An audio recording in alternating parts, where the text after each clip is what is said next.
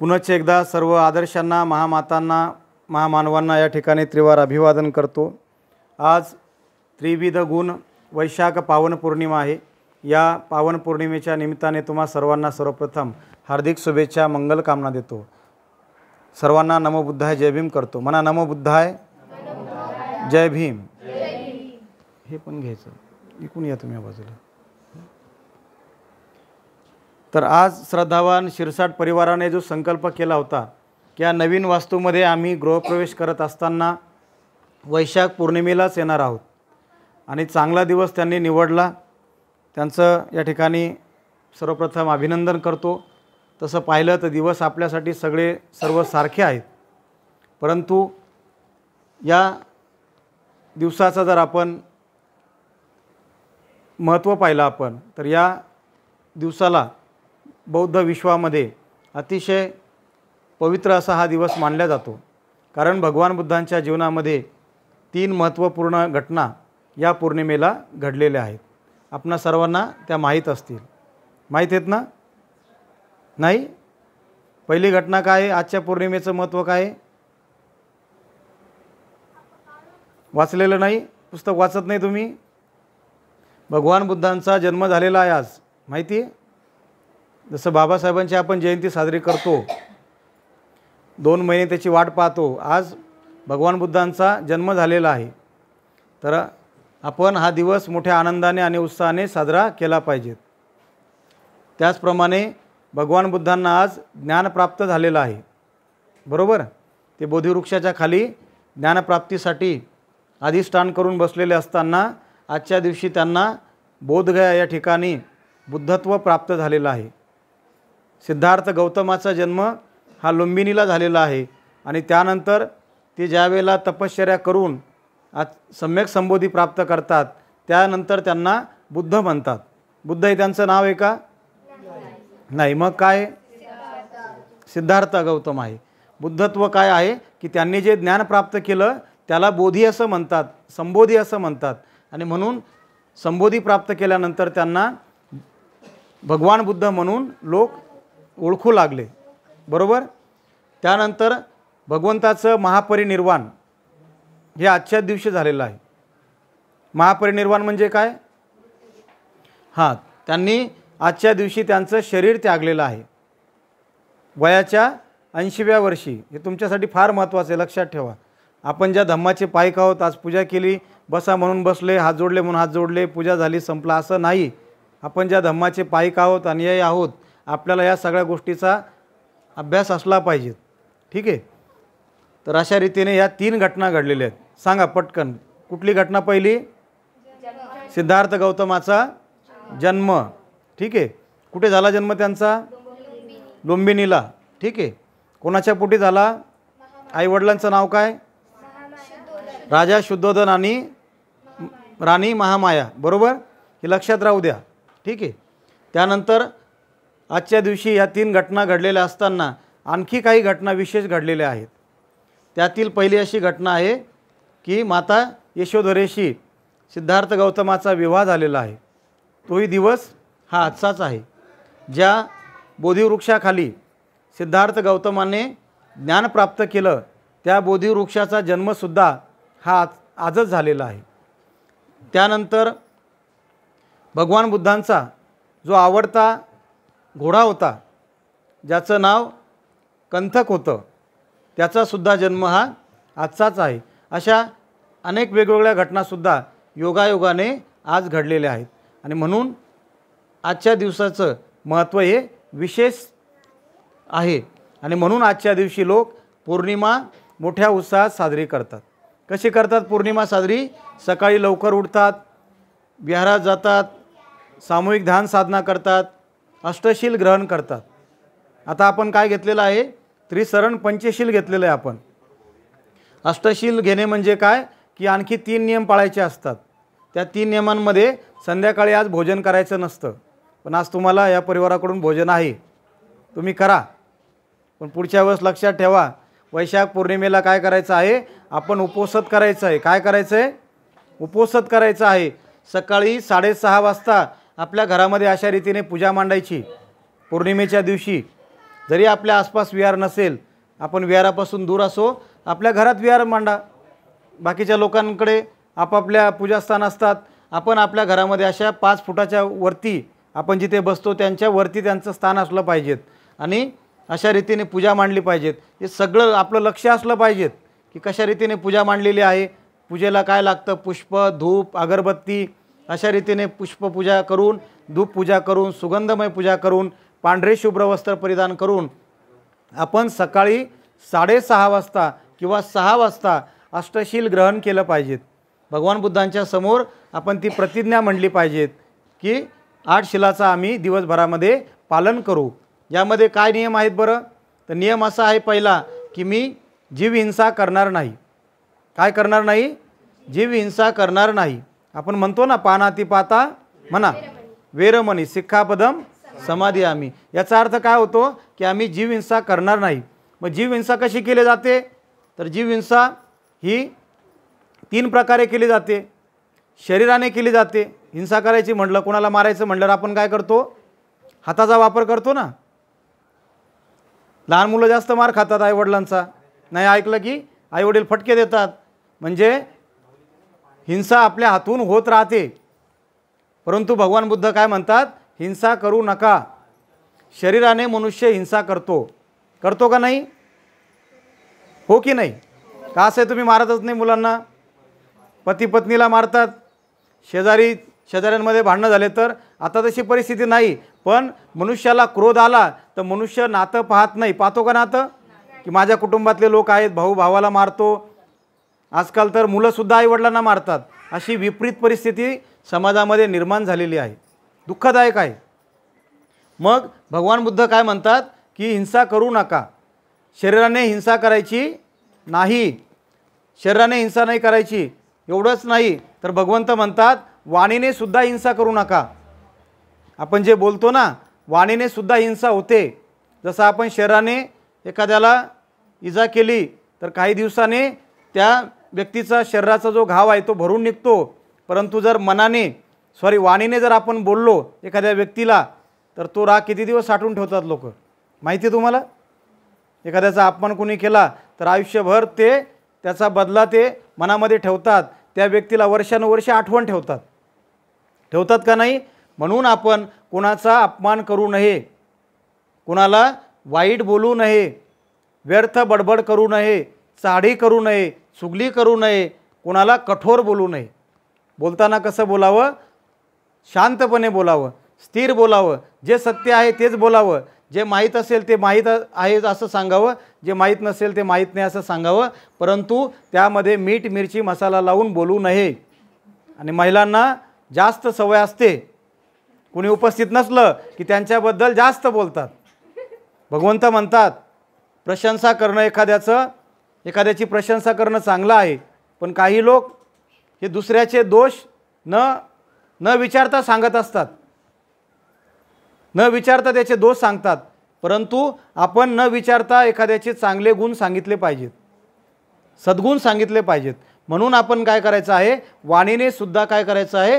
हिंसा करायची नाही, व्यर्थ बडबड करायची नाही. काही लोक विचार करून बोलत नाहीत, बोलतात आधी, नंतर मग म्हणतात आम्हाला असं बोलायचं नव्हतं.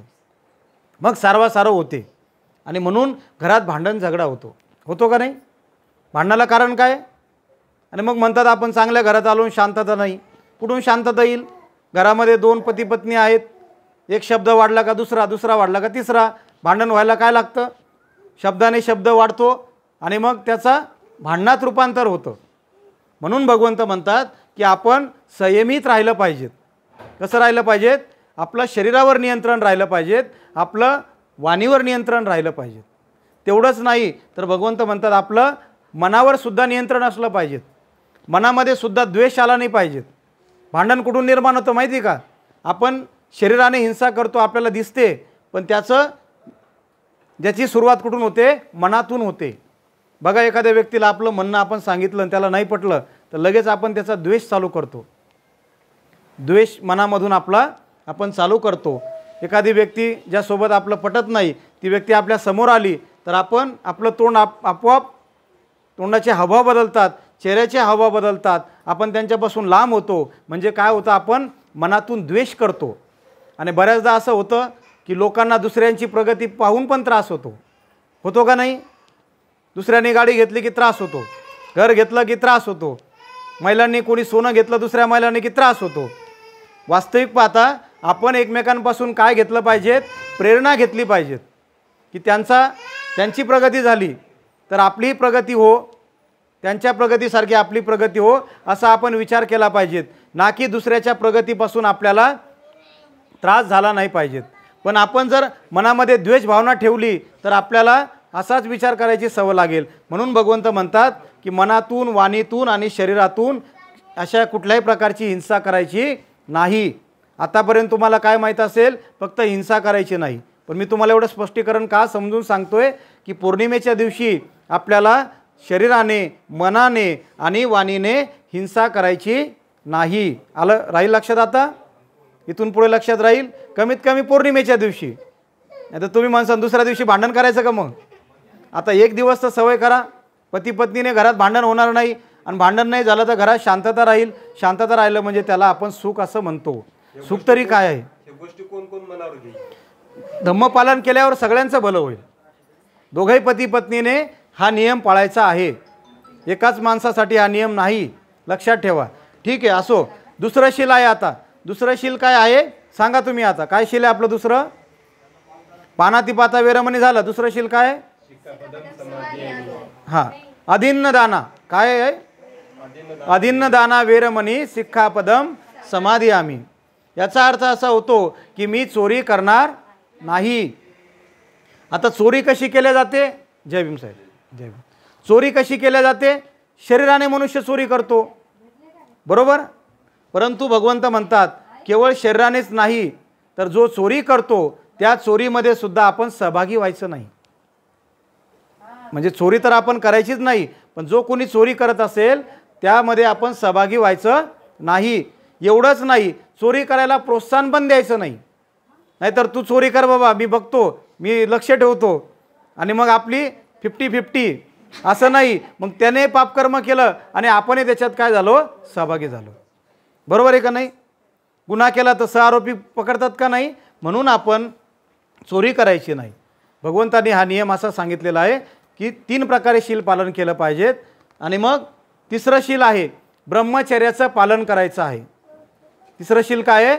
ब्रह्मचर्याचं पालन करायचं. पौर्णिमेच्या दिवशी पती पत्नीने एकत्र यायचं नाही. त्या दिवशी ब्रह्मचर्याचं पालन करायचं आहे. 24 तास कटिबंध आपण पौर्णिमेच्या दिवशी पालन करायचं आहे. याचा फायदा असा होतो की आपल्या जीवनामध्ये सुख शांतता प्रस्थापित होते. ठीक आहे, तर ब्रह्मचर्याचं पालन करायचं आहे. चौथं शील आहे मुसावादा वेरमणी सिक्खापदम समादियामी, की मी खोटं बोलणार नाही. आता तुम्ही म्हणसाल हे कसं शक्य आहे? आपला हा धम्माचा नियम आहे की खोटं बोलणार नाही, की जे माहीत नाही ते माहीत नाही, जे माहीत आहे ते माहीत आहे असं आपण बोलायचं आहे. आपल्याला हे वाणीचं शील सांभाळणं अतिशय गरजेचं आहे की खोटं बोलणार नाही. या शीलावरती आपण जास्त लक्ष दिलं पाहिजे. आपण काय करतो? थोडंसं खोटं बोलून पाहतो, मग हिंमत वाढते. मग ते पचलं का? आणखी थोडंसं, मग आणखी थोडंसं, असं करत करत मग एकदम इतकं खोटं बोलतो आपण की ते रेटून बोलतो. आणि मग रेटून बोलत असताना लोक आपल्याला काय म्हणतात? एक उपाधी देतात, लबाड. मग आपल्या शब्दावर कोणी विश्वास ठेवतो का? मग आपण कधी खरंही बोलत असलो तर आपल्यावर कधी लोक भरोसा ठेवत नाहीत. म्हणून आपण संकटात असो, काही असू दे आपल्या जीवनामध्ये, तेव्हा आपण खरंच बोललं पाहिजे. काय होणार आहे? खरं बोलल्याने असं म्हणतात की पुढचे सगळे होणारे जे धोके आहेत ते टळतात खरं बोलल्याने. आणि खोटं बोलल्याने काय होतं? अनेक धोके आपण निर्माण करतो. म्हणून आता मोबाईलच्या काळात लोक सर्रास खोटं बोलतात. कुठं आहेत तुम्ही? हां, आम्ही इथे. म्हणजे आता कोण काही लोकेशन पाहत नाही. तर सांगण्याचं तात्पर्य असं आहे की हे शील आहे, हे केवळ म्हणण्यासाठी नाही. आज पूजा आहे म्हणून म्हटलं म्हणून म्हणायचं, लग्नामध्ये विधी आहे म्हणून म्हणायचं असं नाही. तर या शीलाचं गांभीर्य आपल्या जीवनामध्ये आपण पाळलं पाहिजेत. 5वा नियम आहे की मी सुरा मेरय मज्ज पमाद ठाणा वेरमणी सिक्खापदम समादियामी. मी कुठल्याही प्रकारचं मद्यपान करणार नाही. कुठल्याही प्रकारची तंबाखू, बिडी, सिगारेट, दारू अशा सगळ्या प्रकारच्या गोष्टीपासून अलिप्त राहण्याची प्रतिज्ञा करेन. सगळ्यात महत्त्वाची प्रतिज्ञा आहे. ज्या ज्या घरामध्ये व्यसन असेल त्या त्या घरामध्ये अशांतता असते, त्या घरामध्ये भांडण झगडा असतो, त्या घरामध्ये ताणतणाव असतो, त्या घरामध्ये आर्थिक अस्थिरता असते, त्या घरामध्ये मुलं हे दबावाखाली असतात. आणि म्हणून आपण या व्यसनापासून दूर राहायचं आहे. हे व्यसन करणं म्हणजे काय आहे? भगवंत म्हणतात 6 प्रकारचं आपलं नुकसान होतं. किती प्रकारचं? 6 प्रकारचं. तुम्ही म्हणता दारू पिल्यामुळे भगवंतांनी सांगितलंय मद्यपान केल्यामुळे 6 प्रकारचं नुकसान होतं. बघा कोणतं नुकसान आहे. पहिलं नुकसान आहे आपली खरीखुरी संपत्ती नष्ट होते. कोणती? की आपण जो कष्टाने पैसा कमवतो हा पैसा कुठे जातो?